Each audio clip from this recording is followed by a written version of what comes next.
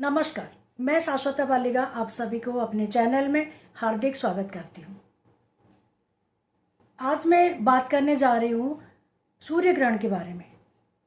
इस साल अर्थात 2022 में इसी महीने अर्थात अक्टूबर में 25 तारीख को सूर्य ग्रहण होने वाला है और सूर्य के साथ साथ चंद्र भी होंगे वहाँ पे और शुक्र भी होंगे और केतु देव सूर्य ग्रहण बना रहे हैं।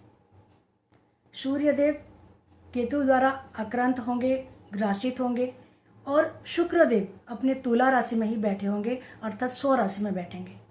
तुला राशि में सूर्य जो है नीच का है और वहाँ पे शुक्रदेव भी हैं अपने स्व राशि में अर्थात नीच भंग भी होगा और अपने नीच राशि में सूर्यदेव ग्रासित भी होंगे।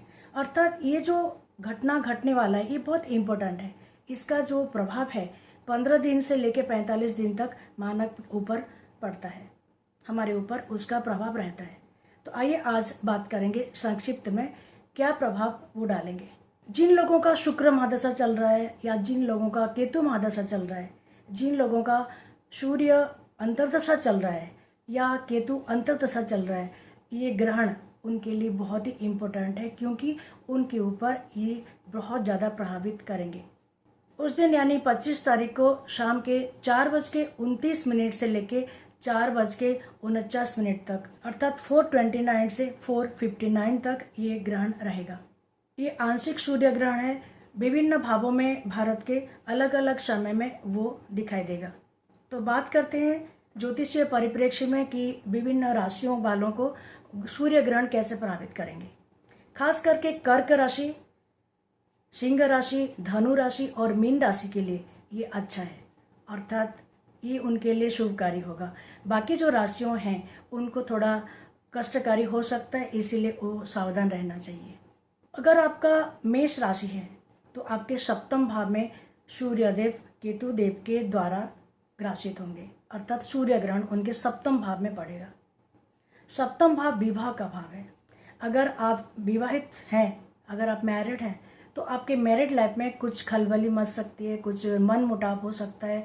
आपके लाइफ पार्टनर के साथ कुछ मन मुटाव के साथ कुछ मतभेद भी हो सकता है। इसीलिए आपका जो संपर्क है, जो रिलेशन है, थोड़ा बहुत सुखद नहीं होगा। अगर आपका कोई दुकान है, बिजनेस कर रहे हैं और at the end of day रात को आपने हिसाब लगाते हैं कि आपको कितना मुनाफा हुआ, कितना इनकम हुआ और कितना नहीं हुआ, तो उस दिन सूर्य ग्रहण की वजह से आगे का जो 15 दिन से 45 दिन के अंदर आपका जो मुनाफा है वो थोड़ा कम हो सकता है क्योंकि आपके सप्तम भाव में सूर्य ग्रहण हो रहा है। अगर आप पार्टनर से बिजनेस कर रहे हैं तो भी आपको बहुत ही सतर्कता बरतनी चाहिए। हो सकता है आपके पार्टनर के साथ आपका कोई भी बातों से मतभेद हो सकता है। अगर आपका वृषभ राशि है तो आपके छठे भाव में सूर्य ग्रहण बन रहा है। अगर आप जॉब कर रहे हैं तो जॉब के क्षेत्र में हो सकता है आपने जितना अच्छा काम करते हैं, जितना परफॉर्मेंस देते हैं, उतना आप दे नहीं पाएंगे क्योंकि आपके कॉन्फिडेंस में कमी आ सकती है। आप जितना कॉन्फिडेंट होके पहले काम करते थे, हो सकता है ये 15 से 45 दिन के अंदर आपका कॉन्फिडेंस डगमगा जाएगा कोई भी वजह से, खास करके ग्रहण की वजह से। तो आपने सावधान बरतिएगा। अगर आप बीमार हैं, अगर आप ऋणग्रस्त हैं, आपको लोन बहुत ज़्यादा है, तो ये सूर्य ग्रहण आपके लिए बहुत ही दुखदायी होगा। इसीलिए कि अगर कुछ बीमारी है तो आपको ये बीमारी ठीक नहीं हो पाएगा अर्थात आपने बीमार बढ़ सकता है, बीमारी से कष्ट पा सकते हैं। अगर आप ऋणग्रस्त हैं, लोन ज़्यादा है, तो हो सकता है जिस वजह से कि आपको प्रेशर पड़ सकता है लोन जल्दी चुकाने को और आप लोन नहीं चुका पाएंगे, जिस वजह से कि मेंटल प्रॉब्लम हो सकता है, मेंटल टेंशन हो सकता है और आपको कॉन्फिडेंस में कमी हो सकता है। आपको ऐसा लग सकता है कि शायद मैं कभी ठीक ना हूँ बीमार से, शायद मैं लोन चुका ना पाऊँ। तो आपके कॉन्फिडेंस को बरकरार रखिएगा। अगर आप मिथुन राशि के हैं तो आपके पंचम भाव में सूर्य ग्रहण हो रहे हैं। अगर आप स्टूडेंट हैं तो बहुत ही सतर्कता बरतिएगा, इसीलिए कि आपको जो भी पढ़ रहे हैं हो सकता है आपका मेमोरी लॉस हो सकता है या उतना मजबूत मेमोरी नहीं होगा क्योंकि आपके कॉन्फिडेंस में कमी आएंगे। आपको लगेगा मैं सब कुछ याद कर लिया, पर जब आप लिखने जाएंगे या कुछ बताने जाएंगे, बोलने जाएंगे, तो उतना अच्छी तरह से आप रिप्रोड्यूस नहीं कर पाएंगे, जिस वजह से कि आपको लगेगा कि आप इतना शायद इंटेलिजेंट नहीं हैं, आपके कॉन्फिडेंस में कमी आ सकती है। इसलिए आप बहुत ज़्यादा कॉन्फिडेंट रहने के लिए कोशिश करिए। अगर आप प्रेम में हैं, आपका रिलेशनशिप है, तो हो सकता है कि आपके जो लव पार्टनर हैं उनके साथ कोई मतभेद हो सकता है, कोई झगड़ा हो सकता है, ज़्यादातर कॉन्फिडेंस में कमी आ सकती है, जिस वजह से कि आपको लगेगा कि शायद मैं इतना प्यार नहीं करता हूँ, शायद मैं इतना प्यार नहीं करती हूँ। तो आपने थोड़ा ध्यान दीजिएगा। अगर आपको संतान नहीं है, आपने संतान प्राप्ति के लिए कोशिश कर रहे हैं या आप मेडिकल ट्रीटमेंट ले रहे हैं, तो ये जो समय है ये थोड़ा सावधानी बरतिएगा, क्योंकि आपको हो सकता है मेडिसिन जो ले रहे हैं वो इतना काम नहीं करे, तो थोड़ा ध्यान दीजिएगा।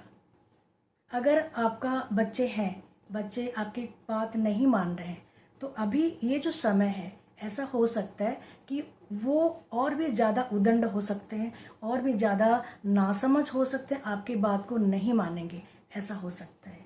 अगर आप सोचते हैं कि आपके बच्चों के साथ आपका रिश्ता अच्छा नहीं है और हम अच्छा करने के लिए कुछ कोशिश करें, कोशिश तो ज़रूर करिएगा, पर इस समय ये 15 दिन से लेके 45 दिन के अंदर हो सकता है आपके बच्चे के साथ रिश्ता जो है, रिलेशन है, इतना अच्छा नहीं रहेगा, तो इसीलिए सावधानी बरतिए।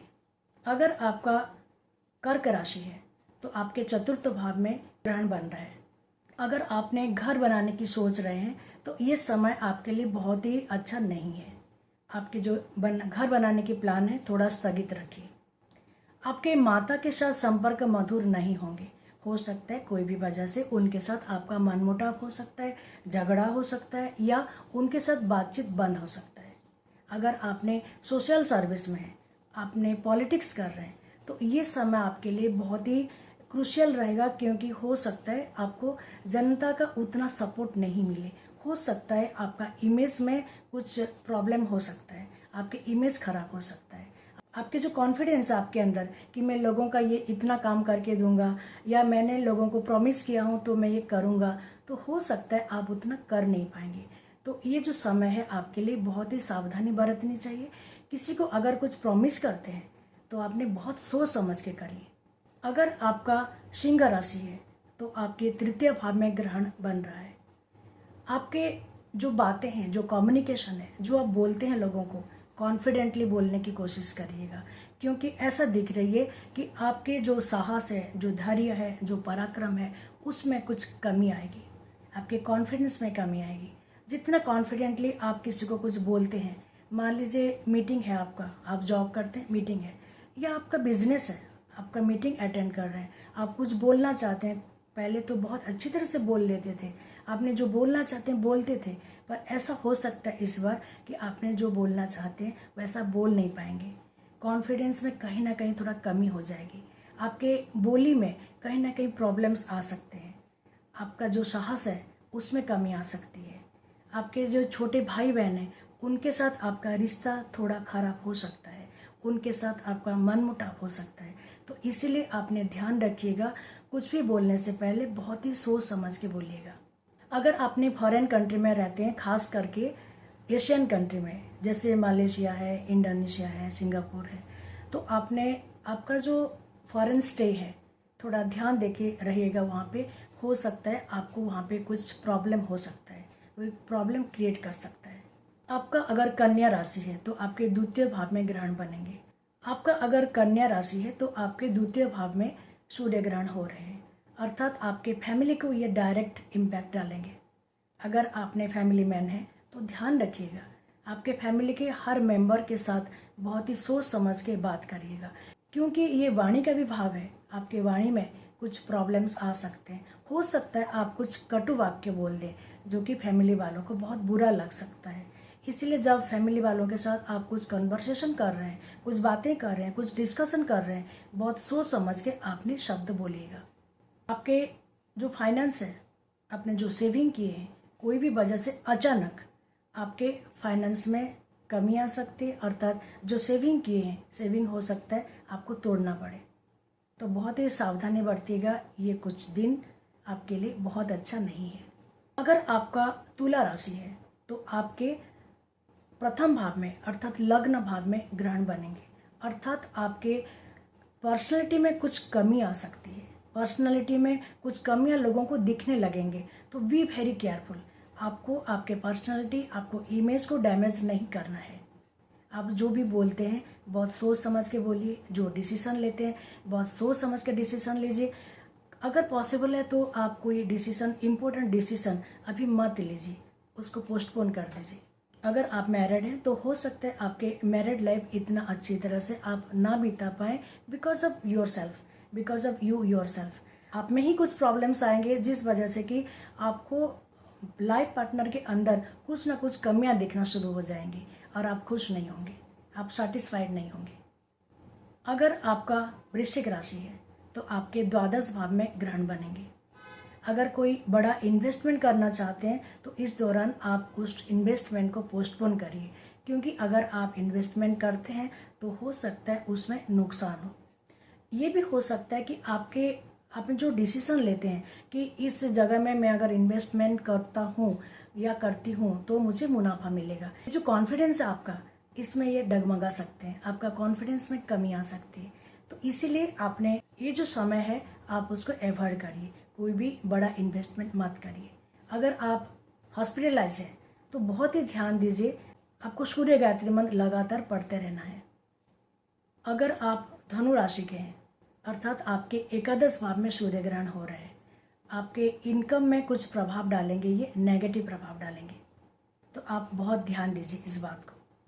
सबसे पहले मैं बताई थी कि ये धनु राशि में ये लाभप्रद होंगे, तो सूर्य ग्रहण के दौरान जो नुकसान आपको होगा थोड़ा ध्यान देंगे तो ये नुकसान को आप अवॉइड कर सकते हैं और आपके लिए ये मुनाफा दे सकता है। अगर आपका मकर राशि है तो आपके दसम भाव में सूर्य ग्रहण हो रहे हैं। अगर आप जॉब ढूंढ रहे हैं तो जब इंटरव्यू देने जाएंगे कॉन्फिडेंटली जाइएगा। हो सकता है जितना कॉन्फिडेंटली आप बात करेंगे, सोच रहे हैं वो उतना कॉन्फिडेंटली आप बात नहीं कर पाएंगे, इंटरव्यू दे नहीं पाएंगे, ऐसा पॉसिबिलिटी है। तो आपने ध्यान रखिएगा, इंटरव्यू के दौरान आपने कॉन्फिडेंट रहेगा। पिता के साथ आपका मन मुटाव हो सकता है, अगर पिताजी कुछ बोलते हैं आप कुछ अलग सोचेंगे, अगर आप कुछ सोच रहे हैं तो पिताजी अलग कुछ बोलेंगे। तो पिताजी के साथ जब आप इंटरेक्शन कर रहे हैं, कुछ बातें कर रहे हैं, कुछ डिस्कशन करेंगे तो बी वेरी केयरफुल। आपका शब्द, आपका बिहेवियर बहुत अच्छा होना चाहिए पिताजी के साथ। अगर आप कुंभ राशि के हैं अर्थात आपके नवम भाव में ग्रहण बन रहा है, अगर आप धार्मिक बनते हैं इस दौरान तो आपके लिए बहुत अच्छा समय रहेगा।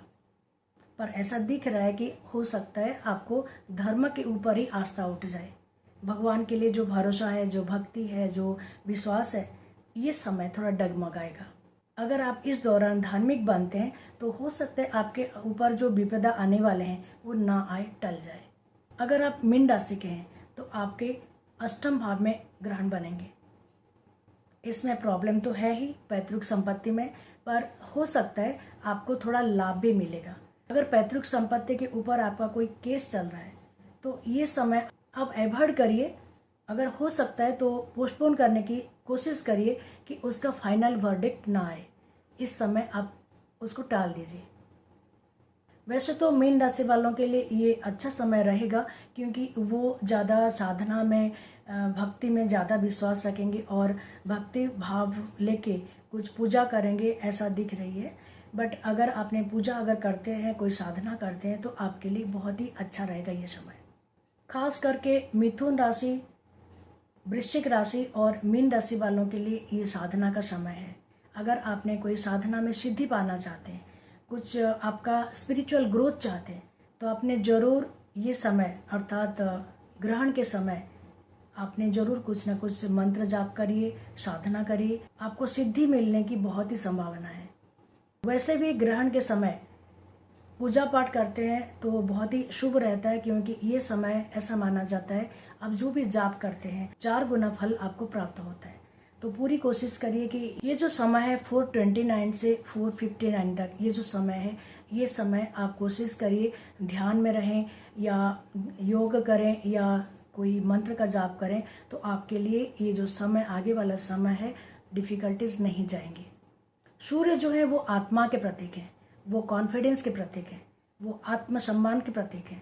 तो केतुदेव उनको जब ग्रासित करेंगे तो हो सकता है हमारे कॉन्फिडेंस में, हमारे आत्मसम्मान में, आत्मविश्वास में वो थोड़ा कमी कर देंगे। तो आप लोग विशेष ध्यान रखिएगा कि आप कॉन्फिडेंस बनाए रखिए। अगर आपका सिंह राशि है या तुला राशि है, आप विशेष ध्यान दीजिएगा इस बात का, क्योंकि सूर्यदेव जो है वो सिंह राशि के स्वामी हैं और वो तुला राशि में बैठे हुए हैं। हाँ, नीच भंग राजयोग बन रहा है, जिस वजह से कि थोड़ा राहत मिलेगा। इसके बाद आएगा चंद्र ग्रहण 8 नवंबर को, तो उसके बारे में अगले एपिसोड में बात करेंगे। तब तक के लिए नमस्कार।